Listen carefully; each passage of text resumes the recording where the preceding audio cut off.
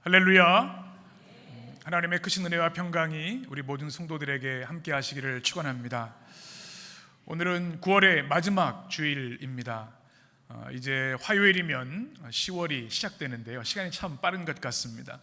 유난히 길게 느껴졌던 여름이 이제 지나고 벌써 9월을 지나 10월을 향해 가고 있는데요, 우리 하나님께서 이 계절의 변화 가운데 우리 성도들을 더 큰 사랑으로 품어주시고 은혜로 채워주시기를 소원합니다.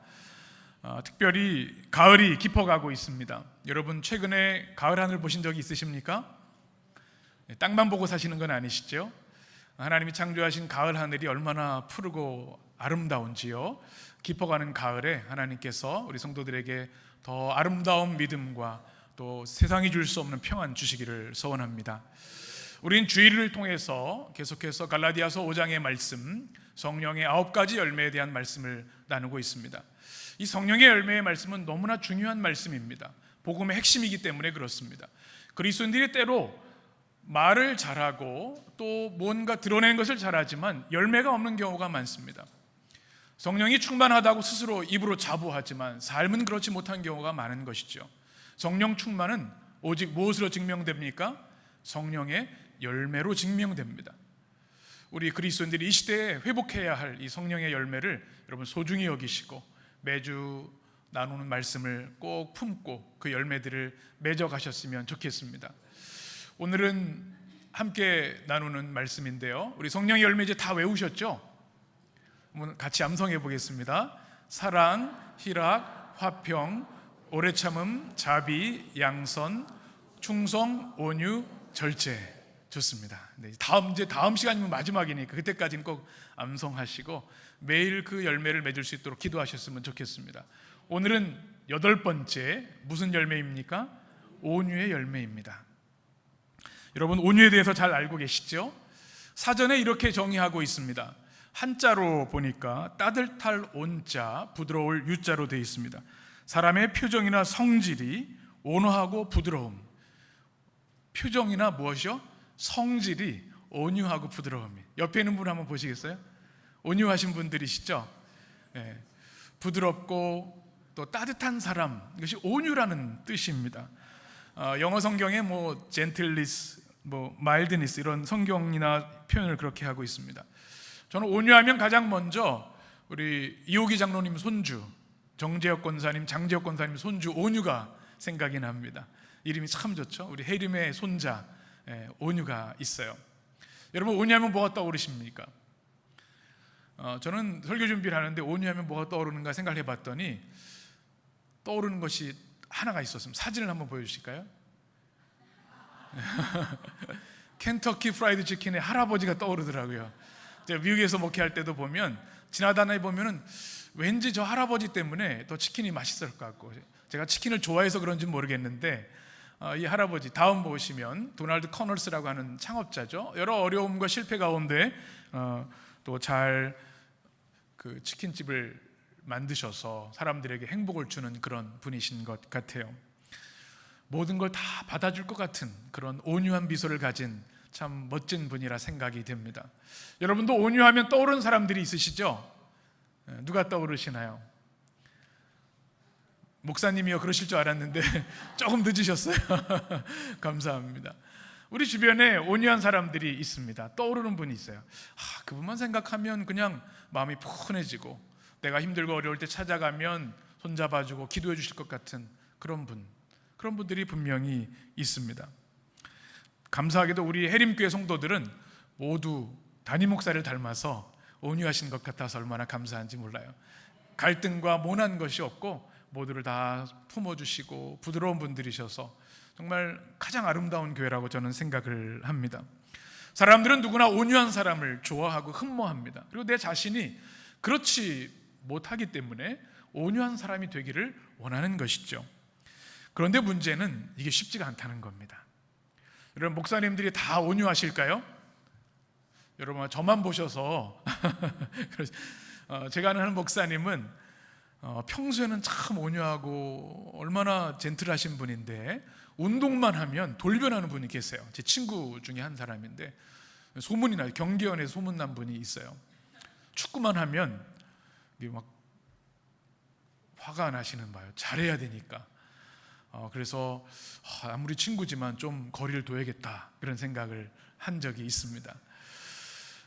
또 어떤 분은 참 평소에는 친절하고 온유하신데 운전만 하면 야수가 되는 분이 계세요. 입에서 막 거친 말이 나오는 분들.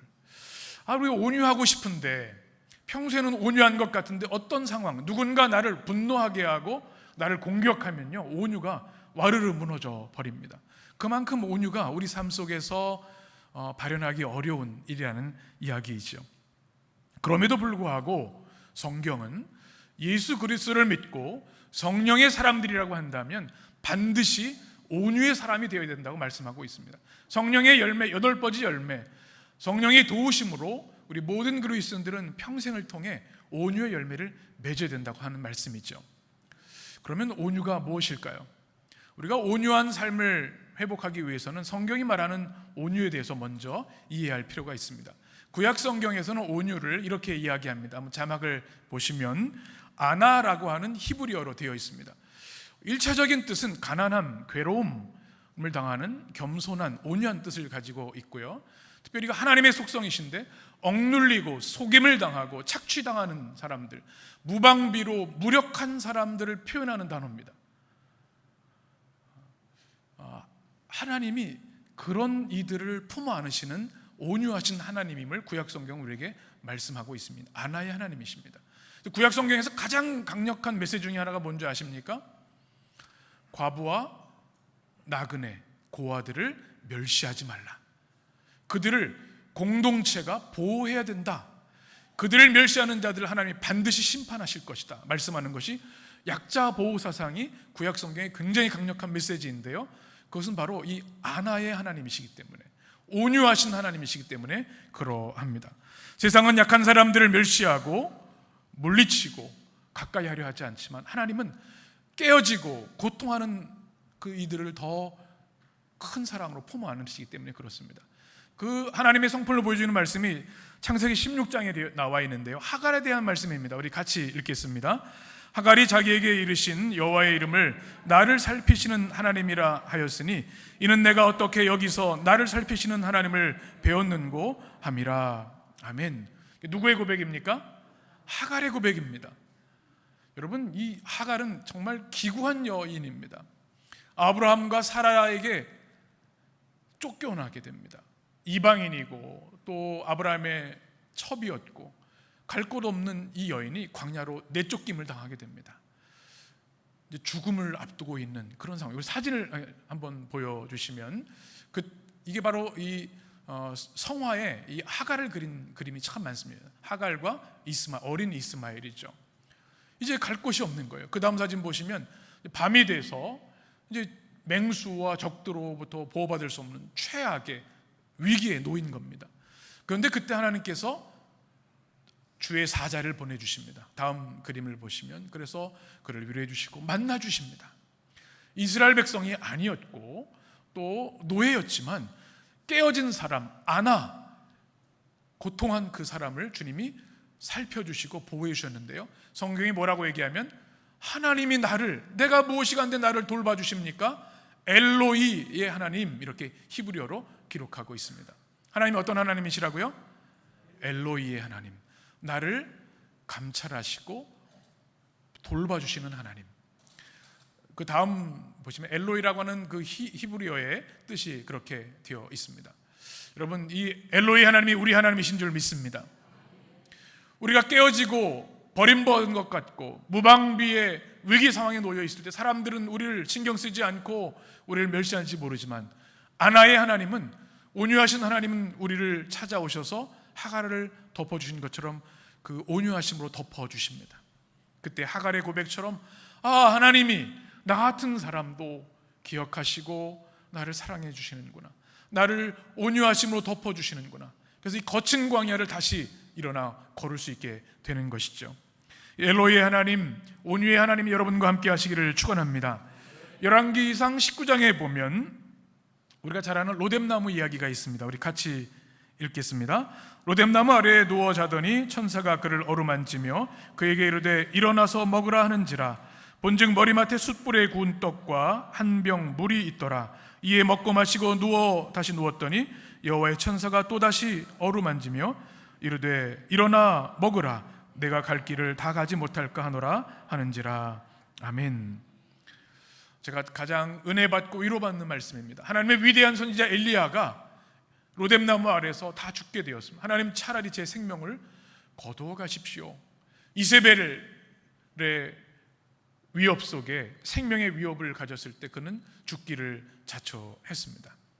그런데 하나님께서 그를 찾아오셔서 책망하지 않으셨어요. 이 위대한 선지자가 이게 무슨 꼴이냐, 뭐가 무섭다고, 담대하게 싸워 이겨야지, 차라리 목숨을 거둬가라니, 이런 부족한 종아, 그렇게 말씀하실 수 있을 것 같은데 주님은 말씀하지 않으셨습니다. 천사를 보내셔서 어떻게 하셨어요? 제가 제일 좋아하는 말씀, 일어나 먹으라. 다른 말씀하지, 평가하지 않으시고 어루만져 주시고 또 먹여 주시고 어루만져 주시고 또 먹여 주셨습니다. 그것이 바로 하나님의 안아, 온유하심의 하나님의 은혜인 것이죠. 우리 교회가 로뎀나무의 교회가 되었으면 좋겠습니다. 그냥 성전에 나와서 가만히 하나님 앞에 머무르기만 해도 말할 수 없는 하나님의 위로와 치유가 경험되는 교회, 하나님이 사랑하는 백성들, 우리의 기준으로 판단하고 평가하고 비난하지 않고 주님이 하셨던 것처럼 그저 위로해주고 손잡아주고 먹여주는 교회, 그래서 주님의 치유가 일어나는 교회 되기를 간절히 소원합니다. 사무엘하 22장에 보면 다윗의 고백이 있습니다. 같이 읽겠습니다. 주께서 또 주의 구원의 방패를, 아멘. 누구의 고백이에요? 다윗의 고백입니다. 시편 18편에도 그대로 나오는 말씀입니다. 다윗이 최고 권력자인 사울의 군대에 쫓김을 당하고 있습니다. 다윗을 위험으로 느꼈던 사울 왕이 다윗을 죽이기 원해서 병사들과 함께 쫓기는 겁니다. 죽기 일보 직전입니다. 그런데 이렇게 고백을 하고 있어요. 우리 하나님께서 나에게 무엇을 주셨어요? 구원의 방패를 주셨어요. 이 사울이 죽이려 하는데 누가 피할 수 있겠습니까? 그리고 주님이 어떻게 하셨다고요? 주의 온유하심이 나를 크게 하셨습니다. 이것은 하나님의 온유하심으로 자신을 강하고 담대하게 하셨다는 말씀입니다. 죽음의 위기 가운데 있었지만 하나님께서 온유함으로 다윗을 품어주셨을 때 그는 그 위기 가운데 이길 수 있는 영적인 힘과 용기를 가졌다는 이야기입니다. 우리 인생에도 숨고 싶고 바닥으로 꺼져가는 것 같은, 정말 모든 것이 끝난 것 같은 순간을 경험할 때가 있습니다. 죽음의 위기도 앞에 놓일 때, 그럴 때 우리 주님께서는 온유함으로 우리를 덮어주시는 줄 믿습니다. 그래서 우리를 주님의 온유하심으로 우리를 크게 하셔서 영적인 장수로 강하고 담대하게 회복시키시는 줄 믿습니다. 시편 23편은 다윗이 또 이렇게 고백을 합니다. 여호와는 나의 뭐예요? 목자시니 내게 부족함이 없으리로다. 나를 푸른 풀밭 쉴 만한 물가로 인도하시는도다. 온유하신 하나님, 온유한 목자이신 하나님을 다윗은 그래서 고백하고 있는 것이죠. 신명기 1장에 보면 또 이렇게 말씀합니다. 같이 읽겠습니다. 광야에서도 너희가 당하였거니와 사람이 자기의 아들을 안는 것 같이 너희 하나님 여호와께서 너희가 걸어온 길에서 너희를 안으사 이곳까지 이르게 하셨느니라 하나. 아멘. 하나님이 안아주신다는 말씀이에요. 여러분, 최근에 아기를 안아보신 적이 있습니까?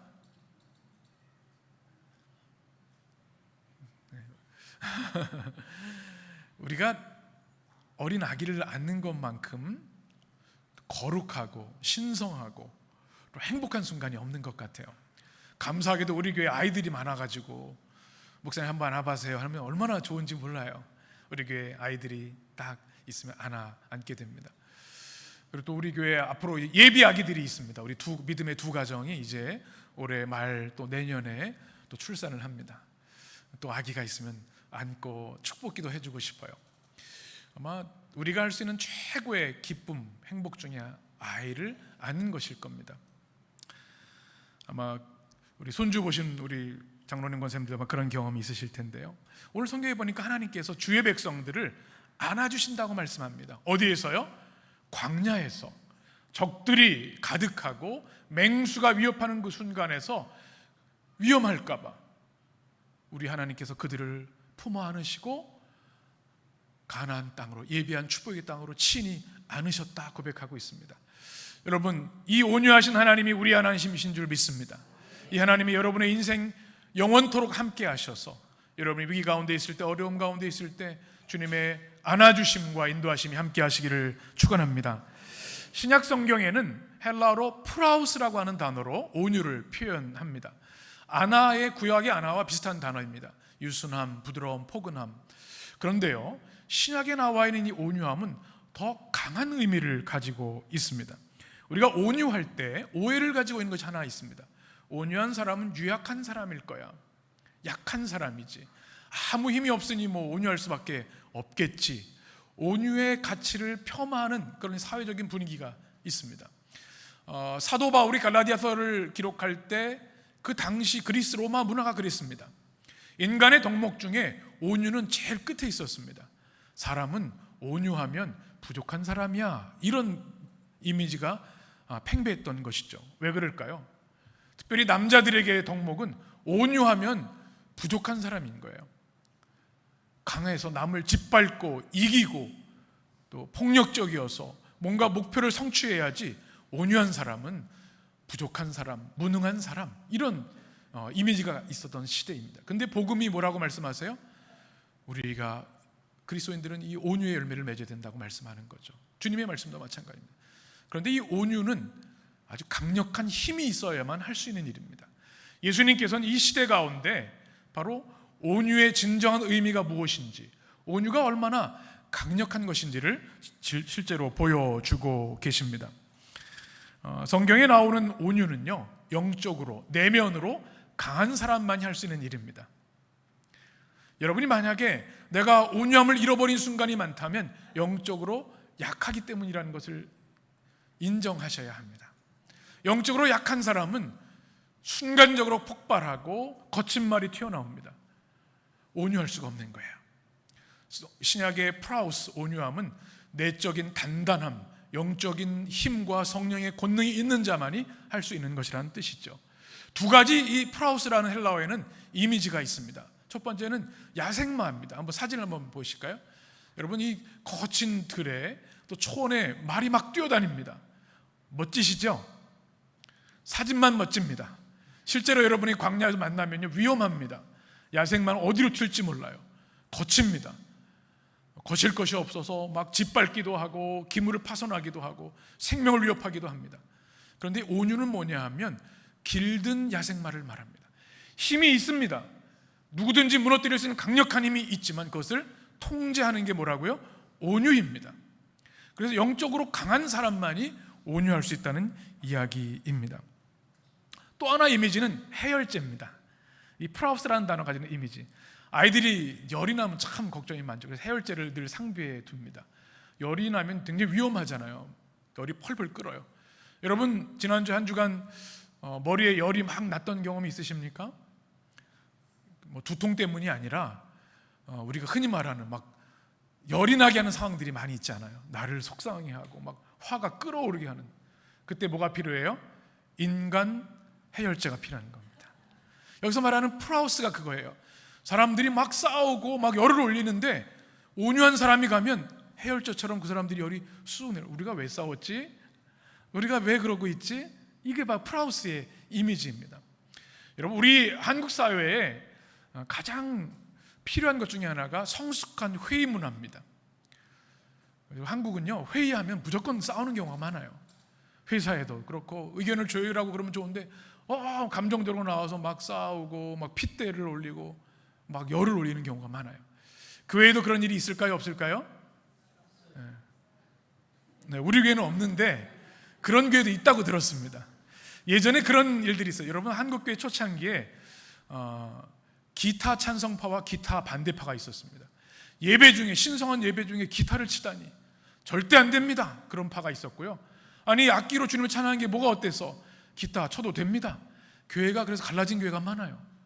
드럼 찬성파와 드럼 반대파가 있었습니다. 예배 중에 어떻게 드럼을 치느냐? 그런데 그게 본질적인 문제가 아니잖아요. 근데 온유한 사람은요, 서로를 중재하고 열을 내려줍니다. 그리고 영적으로 강한 사람은 그걸 중재하고 그것을 평화롭게 따뜻하게 해결할 수 있게 되는 것이죠.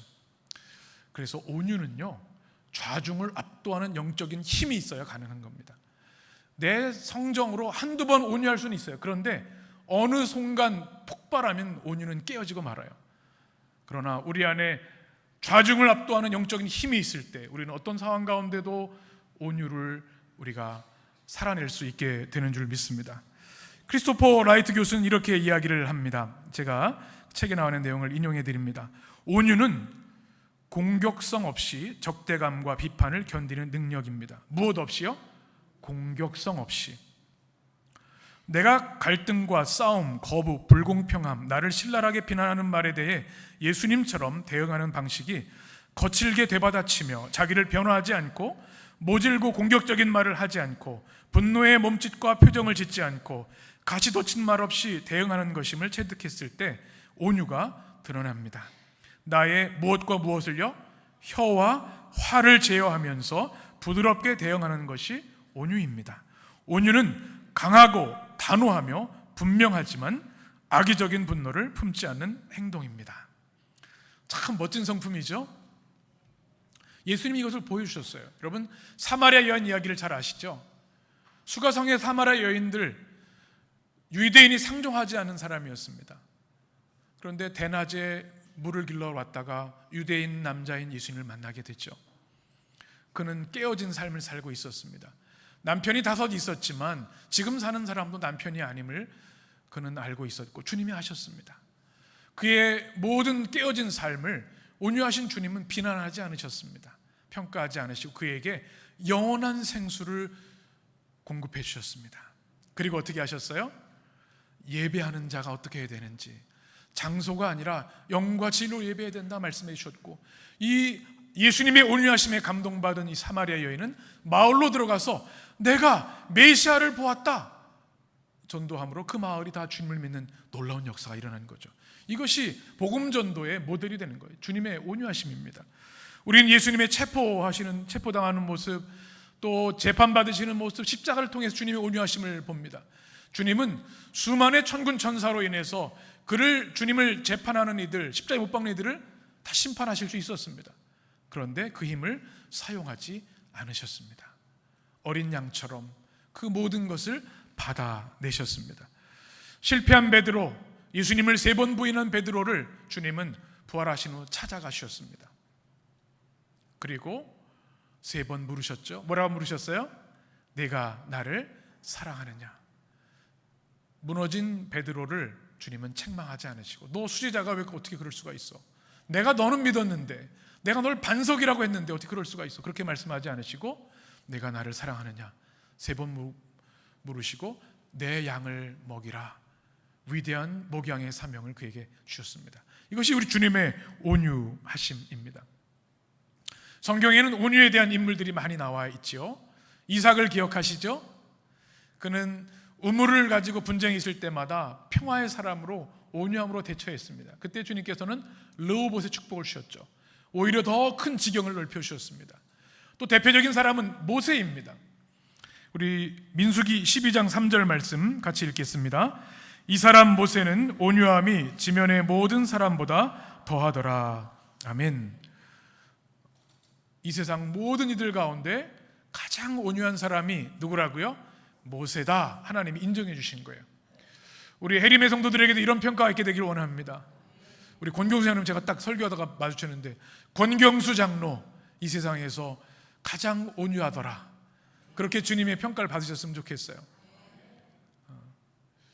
우리 정진홍 성도가 지금 방송실에서 봉사하고 있는데, 정신영 성도 모세보다 더 온유한 성도이더라, 주님이 인정해 주셨으면 좋겠어요. 얼마나 큰 축복입니까?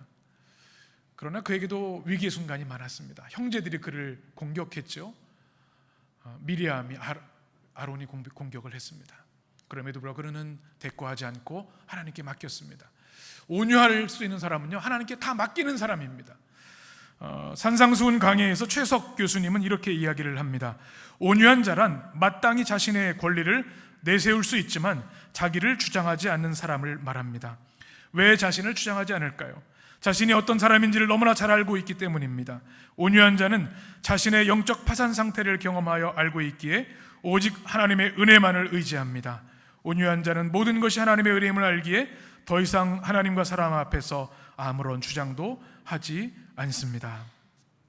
모세는요, 성정이 있었고 분노가 있었지만 하나님께 다 맡긴 거예요. 그래서 온유할 수 있었습니다. 수많은 훈련이 있었던 것이죠.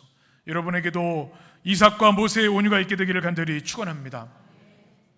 우리가 온유한 삶을 살아야 하는데, 우리가 살아가는 이 세상을 보면 참 쉽지가 않아요. 교회 밖만 나가면 우리를 분노하게 하는 일들이 참 많이 있습니다. 얼마나 거친지요. 온유하면 오히려 무시당하기도 합니다. 공격당하고 또 우리를 짓누리라는 이들이 참 많아. 이런 세상에서 온유하기가 참 너무 힘들어요. 그럼에도 불구하고 우리는 온유한 삶을 살아야 되는데 이유가 있습니다. 왜 그렇습니까? 예수님이 온유하시기 때문에 그래요. 우리 주님이 십자가에 달려 우리를 구원하신 주님이 그러하시기 때문에. 그래서 달라스 올라드라는 사람이 온유한 증인이라는 책에서 이렇게 이야기를 합니다. 우리의 전도와 변증은 어떻게 해야 돼요? 온유해야 합니다. 예수님처럼 우리도 강요하지 않고 사랑과 겸손한 마음으로 상대에게 다가가야 합니다. 그러면 우리의 변호를 온유하게 제시하는 길밖에 없습니다. 도움을 제시하되 예수님의 방식대로 사랑으로 해야 합니다. 우리의 소통 방법은 온유해야 함은 우리가 소통하려는 주제 자체, 복음이죠. 온유하기 때문입니다. 우리가 변호하거나 설명하려는 내용은 곧 온유한 사랑의 목자이신 예수님 자신이십니다. 복음을 제시하는 방식이 온유하지 못하다면 어떻게 사람들이 우리가 가리켜 보이려는 온유한 사랑의 메시아를 만날 수 있겠습니까? 여러분, 이 미디어에 비춰진 그리스도인들의 모습을 생각해 보셨습니까? 그리스도인들이 오히려 더 거칠고 무례하고 악에 가득 찬 모습들이 미디어에 비춰지는 모습은 참 가슴이 아픕니다. 복음을 전할 때 어떻게 전해야 돼요? 예수님의 방법으로, 온유함으로 해야 한다는 말씀입니다. 우리는 온유한 증인이 되어야만 복음이 제대로 전해진다는 사실을 우리는 꼭 기억해야 될 줄 믿습니다. 스카솔즈라는 사람이 온유로 답하다라는 책을 썼는데요, 참 은혜로운 책, 제가 은혜를 받았습니다. 분노의 사회에 우리가 잃어버린 예수님의 마음, 뭐예요? 온유를 잃어버렸다는 이야기입니다. 분노의 시대에 온유를 잃어버린 기독교에 대한 안타까운 마음들, 우리가 이 모습을 품고 기도해야 하고 우리 교회부터 온유함으로 이 땅에 주의 복음을 전해야 될 줄 믿습니다. 잠언 15장 1절에 이렇게 말씀하시죠. 같이 읽겠습니다. 유순한 대답은 분노를 쉬게 하여도 과격한 말은 노를 격동하느니라. 아멘. 디도서 3장 2절 이렇게 말합니다. 같이 읽겠습니다. 아무도 비방하지 말며 다투지 말며 관용하며 범사의 온유함을 모든 사람에게 나타낼 것을 기억하게 하라. 아멘. 범사의 무엇을? 온유함을 모든 사람에게 나타내라. 이 말씀이 여러분에게 아멘이 되셔서 우리 힘으로 할 수 없지만 성령의 도우심으로 여러분의 삶에 온유의 열매를 풍성히 맺게 되시기를 축원합니다. 기도하겠습니다.